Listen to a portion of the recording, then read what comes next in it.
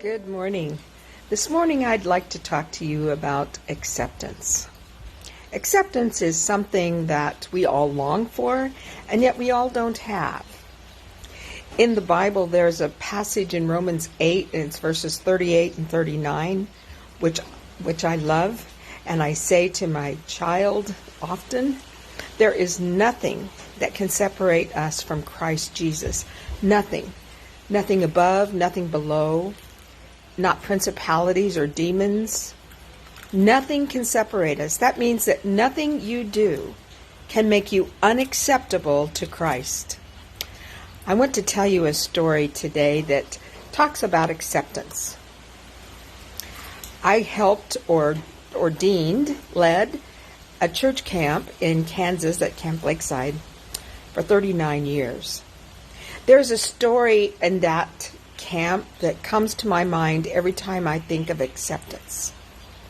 One year, I had a counselor who was a black man. And when the kids came and Daniel went down to help with the suitcases, this young man said, "Ain't no black man going to be my counselor."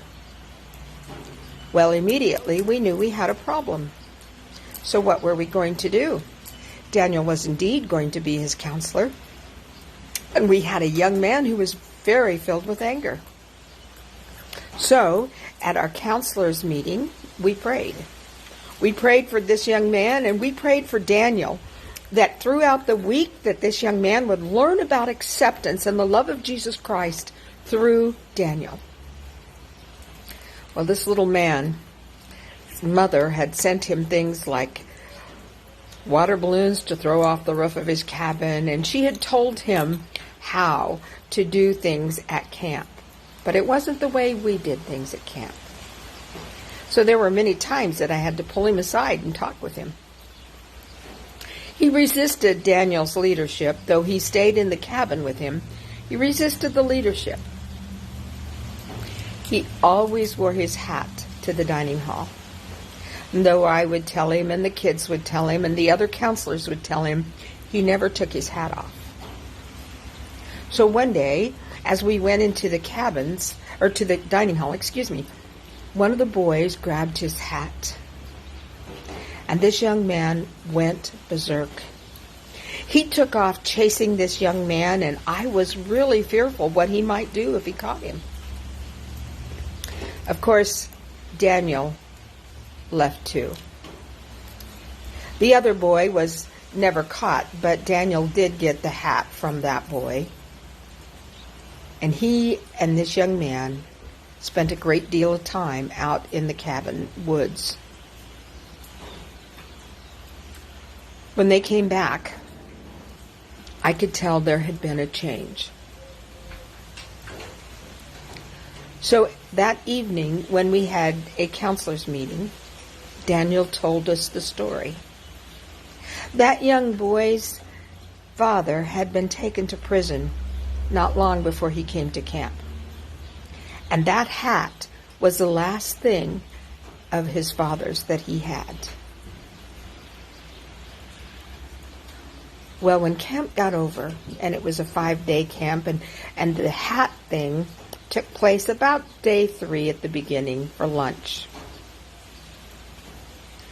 When camp was over, that young man cried and cried because he had to go home, and he didn't want to leave Daniel.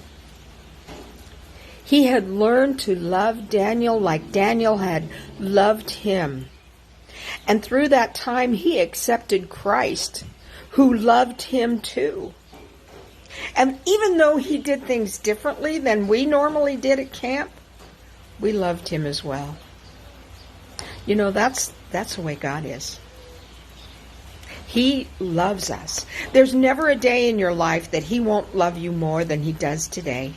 And there will never be a day in your life that he loves you less than he loves you now. You are his child, and he loves you. Those are the kind of stories that happen at camp. I love camp stories, don't you? So today, after you listen to this story, think about yourself. What What stories do you know about camp? And then be prepared, because next year when we have camp, we'll be seeing you. Have a great week. Talk to you later. Bye-bye.